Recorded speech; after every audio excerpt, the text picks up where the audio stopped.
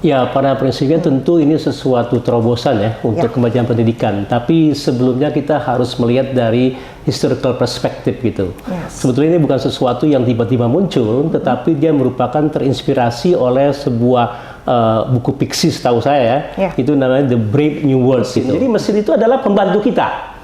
Kayak gitu, our assistant gitu. Bukan jadi master kita kan, tapi the decision is ours itu kan, kepentingan itu adalah kita sendiri. Ya pertama kita harus menggunakan secara bijak kayak gitu kan. Teknologi itu kan tergantung pemanfaatannya.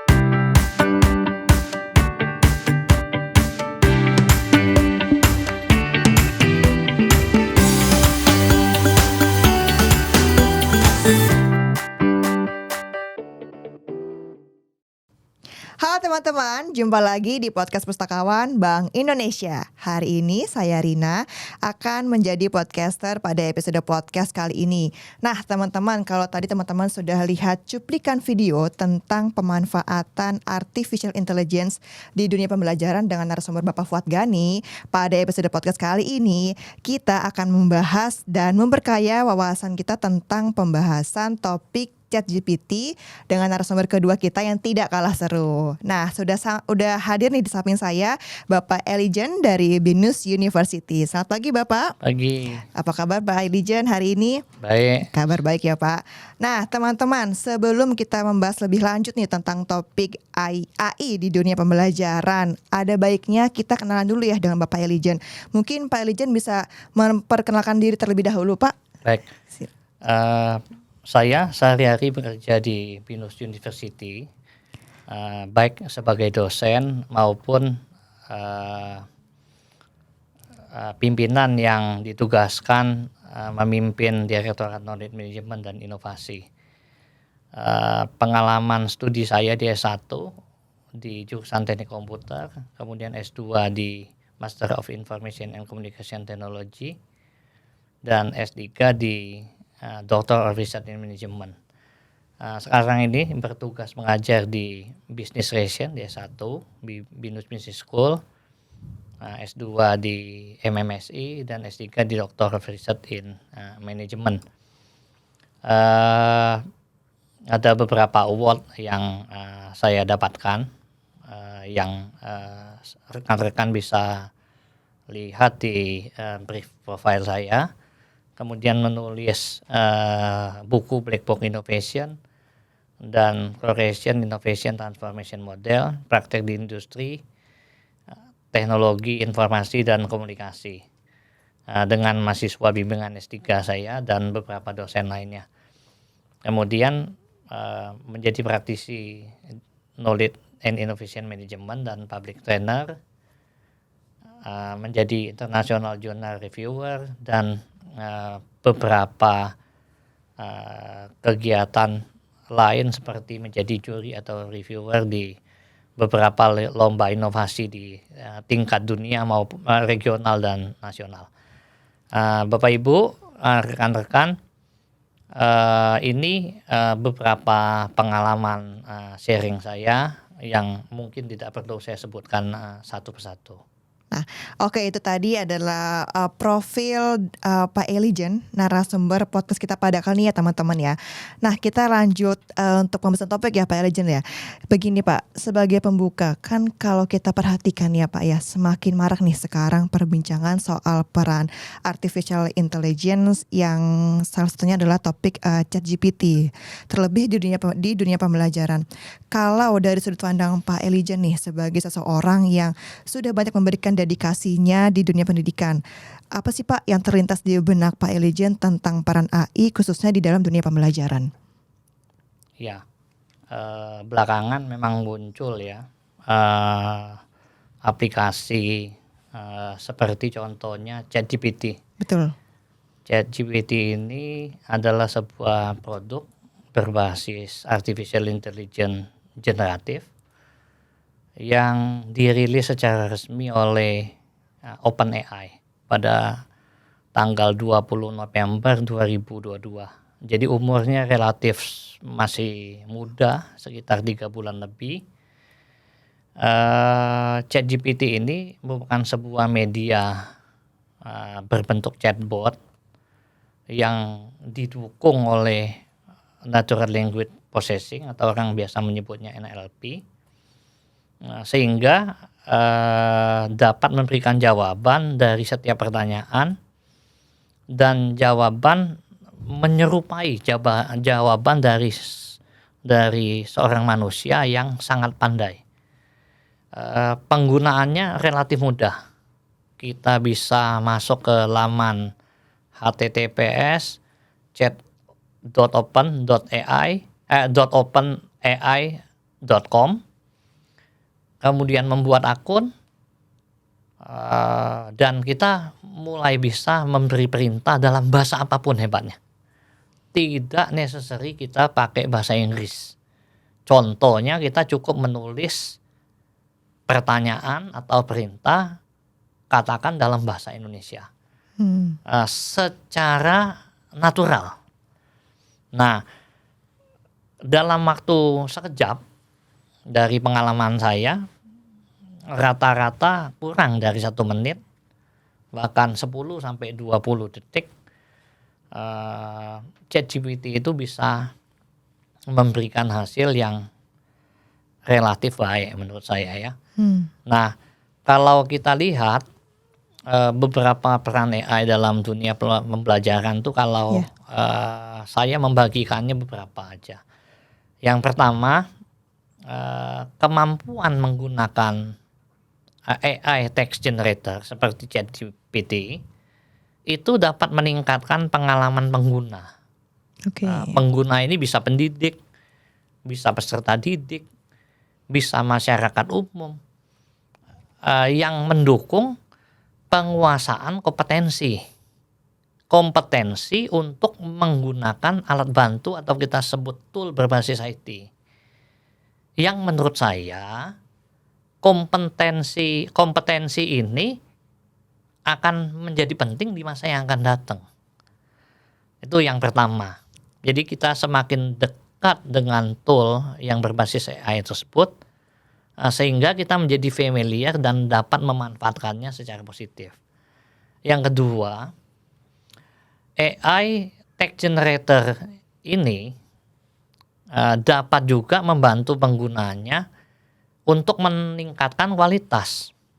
Kualitas dalam hal membantu menyelesaikan berbagai aktivitas pembelajaran. Nah, yang ketiga, AI text generator juga dapat meningkatkan motivasi belajar, karena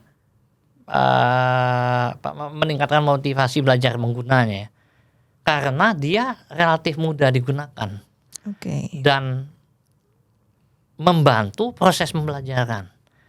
Nah, ini yang menarik, sehingga dari sisi positif penggunaan AI text generator seperti ChatGPT ini bisa kita lihat dari angle yang positif. Oke, jadi memang kalau di dunia pembelajaran ini ChatGPT salah satunya bisa memotivasi penggunanya gitu Pak ya untuk terus belajar seperti itu ya Pak. Nah, tadi kan kita berbicara tentang sudut pandang Pak Elijen ya terkait peran AI ini. Kalau untuk resiko nih Pak, kita berbicara resiko ya Pak. Bagaimana sih Pak resiko yang ditimbulkan? Karena kan yang seperti kita ketahui setiap ada teknologi baru itu pasti muncul ada hal yang efek negatif dan juga efek positifnya. Nah, kalau untuk resiko negatifnya sendiri Pak dari AI itu sendiri, bagaimana menurut Pak Elijen melihat resiko negatif dari adanya AI ini dan bagaimana kita bisa menghindari resiko negatif tersebut Pak? Ya, jadi AI ini dia bisa berdampak positif maupun negatif. Ya, betul. Kalau diaplikasikan dalam dunia pembelajaran, bahkan di dunia yang lainnya. Tapi itu tergantung dari sisi penggunanya. Selain itu, bagaimana tata cara penggunaannya. Nah, AI di satu sisi dapat membantu peserta didik dan pendidik.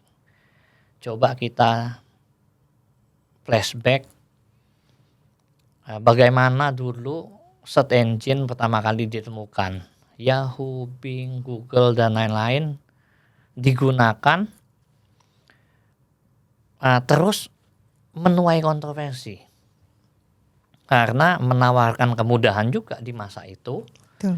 kemudahan pencarian, dan ada sebagian orang yang menganggap penggunaannya bisa menyebabkan orang menjadi malas, bisa mengikis peran pendidikan dan lain-lain. Kehadiran AI seperti ChatGPT yang memungkinkan peserta didik menulis naskah seperti esai, mengerjakan tugasnya, bahkan menulis karya ilmiah seperti skripsi, tesis, disertasi, bahkan artikel untuk jurnal. Belum lama ini di dunia akademik dihebohkan oleh terbitnya sebuah editorial paper di jurnal bergengsi, Tire Q1 Scopus. Oh, itu yang sedang ramai diperbincangkan tuh Pak Iya. ya. Ya. Nurse Education and Practices, di mana salah satu naskahnya si autornya memasukkan ChatGPT, OpenAI tadi sebagai second author. Nah, di sini terlihat bahwa walaupun digunakan sistem yang biasanya di dunia double blind reviewer, tanpa ada koneksi, tanpa kenal penulis dan yang reviewnya, tetapi kok bisa tembus jurnal yang sekelas Q1 gitu. Ini kan menunjukkan bahwa kemampuan luar biasa yang ditawarkan oleh ChatGPT ini sehingga menuai kontroversi. Tetapi saya menyarankan kita tidak resisten atau menolak penggunaan tool seperti ini. Tetapi kita perlu menekankan tata kelola yang baik.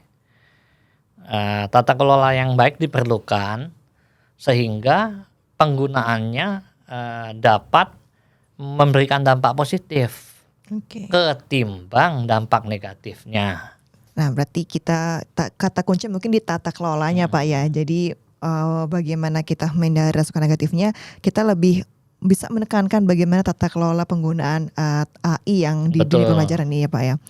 Nah, kalau untuk berbicara mengenai kecerdasan buatan atau artificial intelligence ya Pak, menurut Pak Elijah sendiri, apakah kiranya kalau AI ini tuh bisa meningkatkan kualitas pembelajaran serta pengalaman belajar dari peserta didik, dan apakah atau mungkin bisa mendorong rasa kreativitas dan juga inovasi dan rasa keingintahuan peserta didik ya Pak untuk di dunia pembelajaran itu sendiri ya Pak? Bagaimana Pak menurut pandangan Pak Elijah nih? Penting bagi pendidik untuk mempertimbangkan AI text generator seperti ChatGPT sebagai komplement, bukan suplemen ya. Beda tuh Pak ya. Suplemen metode pengajaran yang tradisional. AI text generator dapat dimanfaatkan untuk membantu peserta didik mengoptimalkan proses pembelajaran mereka guna mendapatkan pengalaman belajar yang baik dan menyenangkan. Pendidik dan peserta didik dapat dan harus merangkul AI text generator, bukan menolaknya. Ya, jadi AI generator seperti ChatGPT sehingga tool ini bisa digunakan sebagai mitra atau sparring partner.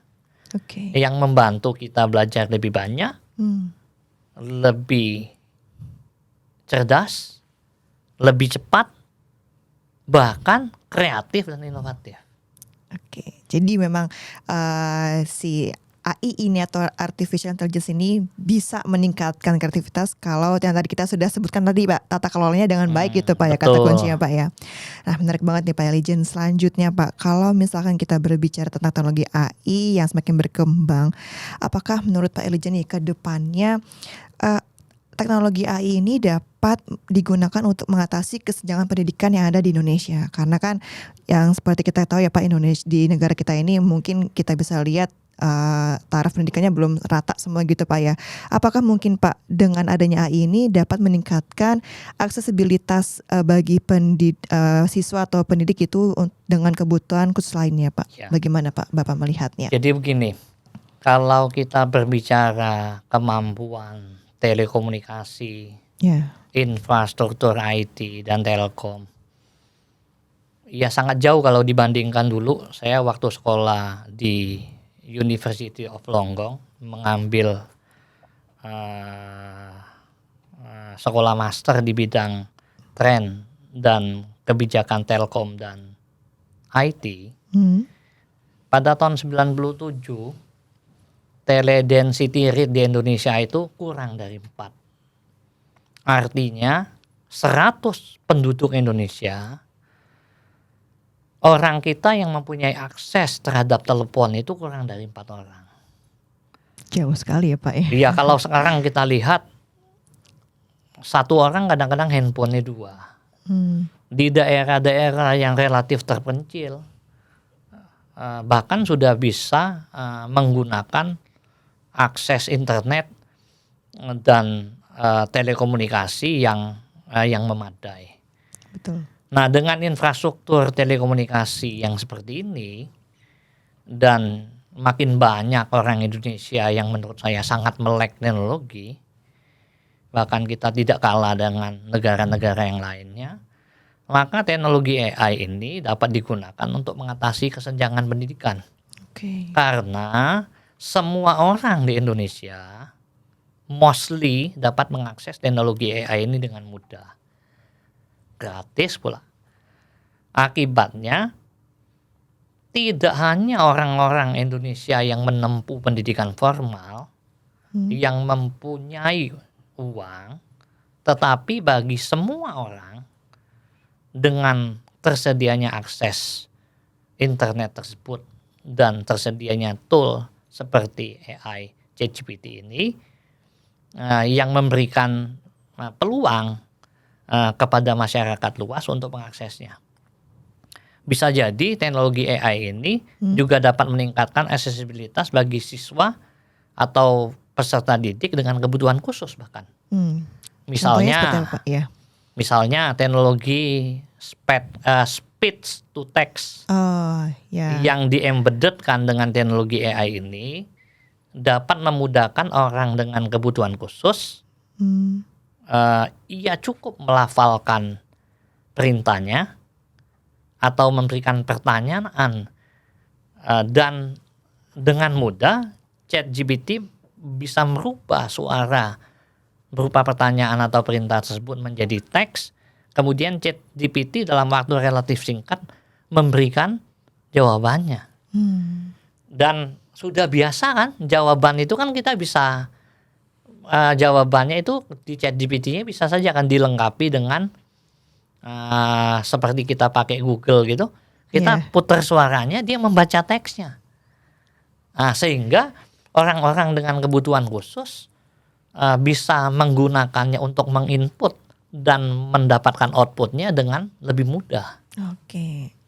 Tapi Pak, kalau menurut Pak Elgin sendiri Pak, sejauh yang Bapak lihat Pak, pemanfaatan AI untuk yang berkebutuhan khusus itu seperti sejauh ini sudah optimal atau belum sih Pak sebenarnya Pak? Kalau kita lihat dari sejauh ini ya Pak ya? Ya, sebenarnya sekarang ini kan user itu semakin dimudahkan. Ya.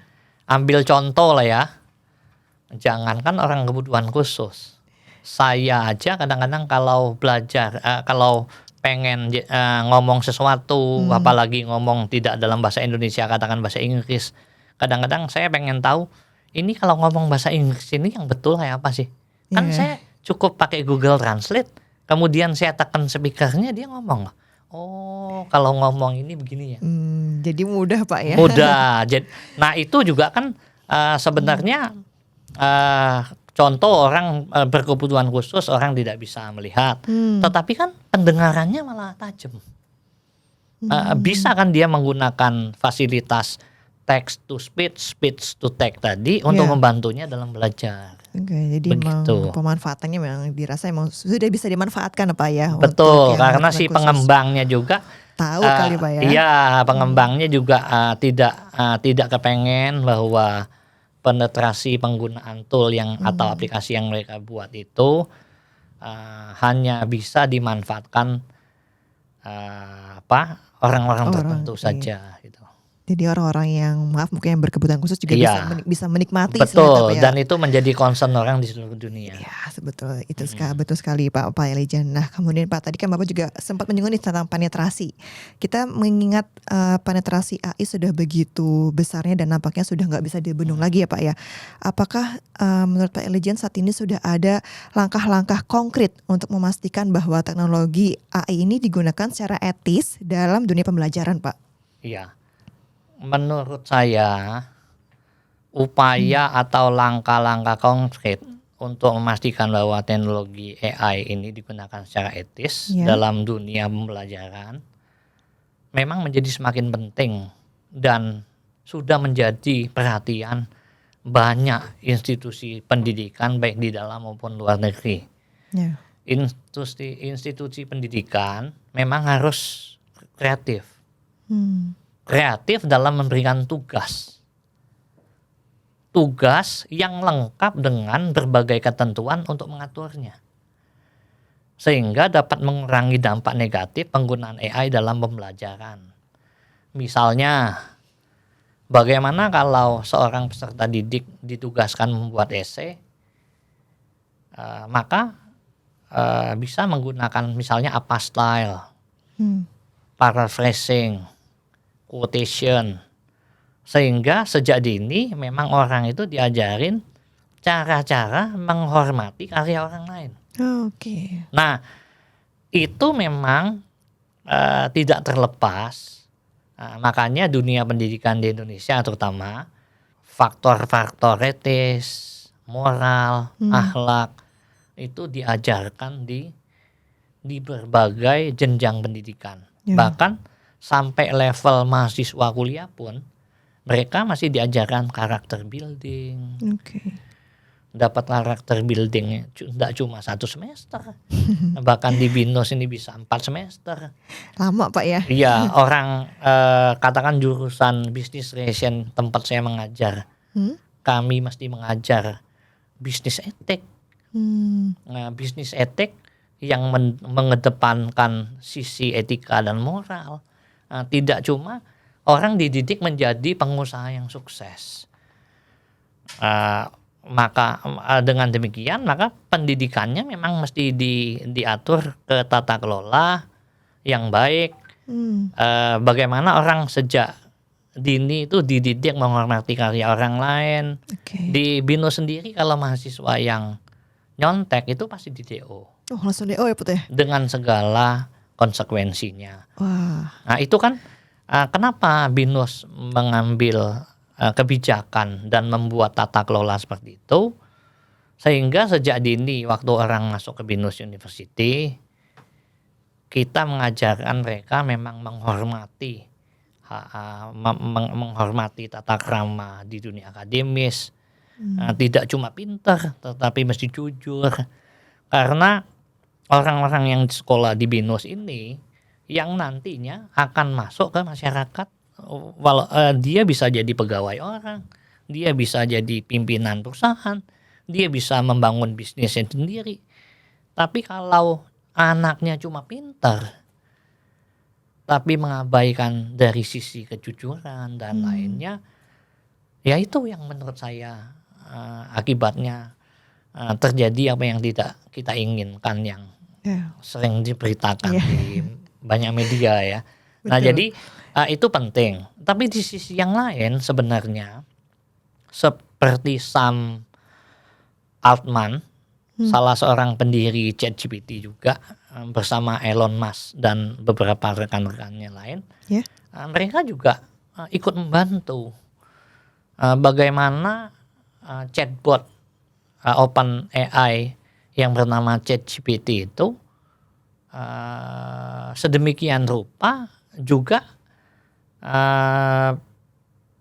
bisa membuatnya supaya bisa diterima oleh berbagai kalangan.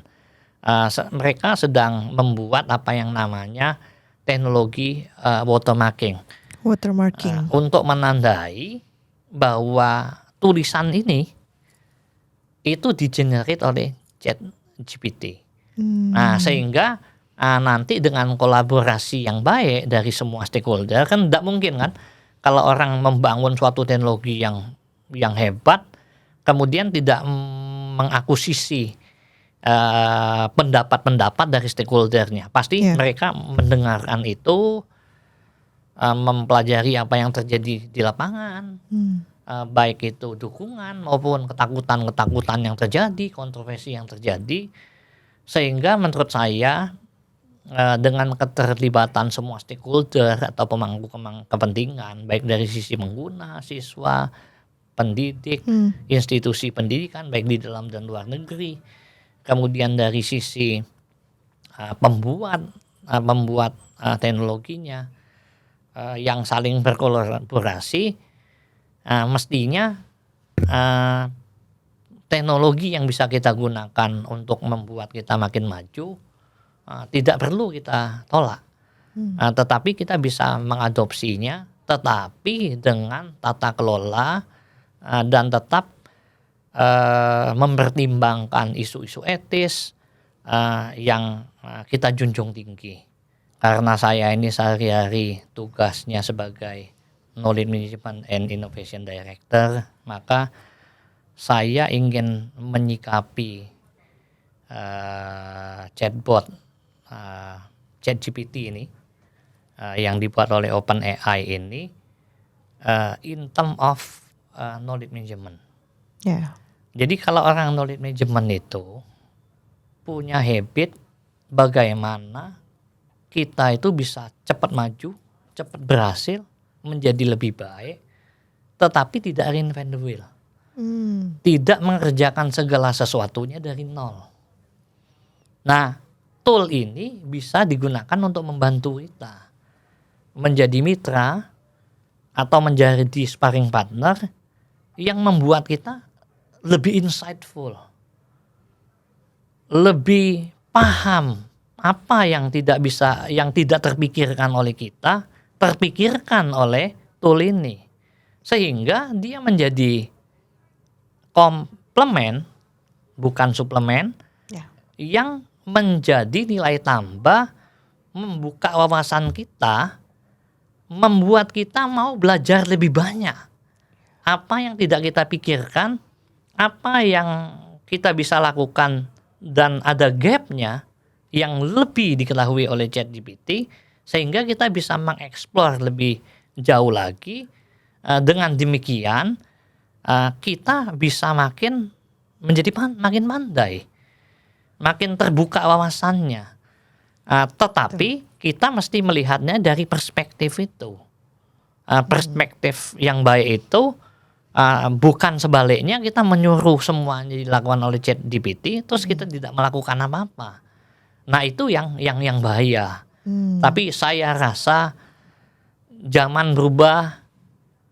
Zaman dulu ada orang pakai kalkulator, semua orang takut semua. Semua sekolah ujian nggak boleh pakai kalkulator. Padahal di dunia sehari-hari orang pakai kalkulator. Memudahkan padahal Pak ya. Memudahkan, tapi kalau ujian ya enggak apa-apa. Memang ujiannya mesti ngafal rumus kan, ngafal. Tapi lama-lama ya ada juga yang orang ujian pakai kalkulator enggak apa-apa. Zaman Google ada, orang semua enggak boleh kalau ujian kalau perlu nulis di kertas. Open notebook enggak boleh. Ujian open book boleh. Open apa aja boleh, yang penting enggak boleh open internet. Tapi zaman berubah juga. Saya kuliah tahun 97 di Australia. Saya sudah melihat banyak orang-orang ujiannya take home exam. Sekarang take home exam enggak cuma di sekolah-sekolah barat. Begitu pandemi datang, ujiannya di rumah semua. Seminggu baru ngumpul. Kalau kita tidak memberi kepercayaan kepada peserta didik kita, Kalau kita selalu mencurigai mereka nyontek, dibantu orang tuanya, dibantu pamannya, dibantu rekannya, maka kita juga tidak mendidik mereka secara lebih benar. Oke. Tetapi kita memberi keleluasaan, belajar yang menyenangkan, tetapi tetap aja rambu-rambu yang kita mesti pegang dan terapkan. Oke.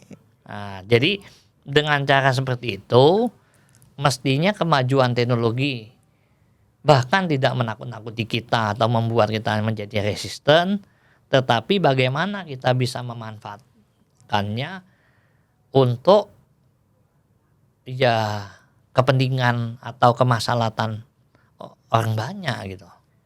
Demikian, terima kasih. Oke, berarti itu adalah kalau kita bilang tentang langkah konkretnya yang tadi dari awal kita juga sudah sebutkan apa ya, dari tata kelolanya, kemudian karakter building si karakter yang pengguna itu juga mesti kita perhatikan Pak Alijen ya. Oke, itu dia teman-teman, menarik sekali bukan diskusi kita pada hari ini tentang pembahasan ChatGPT. Terima kasih Pak Alijen atas sharing tentang ChatGPT, sangat menarik dan sangat insightful.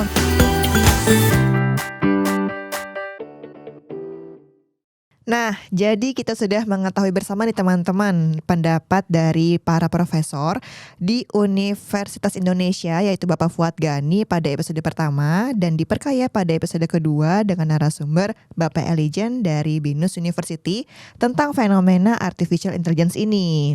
Nah, dari kedua diskusi tersebut nih Kak, rasanya kita semakin dibekali ya Kak untuk memanfaatkan artificial intelligence khususnya ChatGPT. Benar sekali. Nah, kami juga berharap nih teman-teman di sini yang menonton juga merasakan hal yang sama ya Kak tentunya. Betul banget Kak Cime. Mudah-mudahan teman-teman semua yang menonton dan juga mendengarkan podcast Pustakawan kali ini dapat memaknai masukan-masukan dari kedua ahli untuk memanfaatkan ChatGPT ini dengan tanggung jawab dan bijaksana. Setuju banget Kak. Kata kuncinya adalah memanfaatkan dan dengan bijak. Oke, kalau gitu sekian dari kami. Sampai bertemu lagi di podcast Pustakawan selanjutnya. Bye.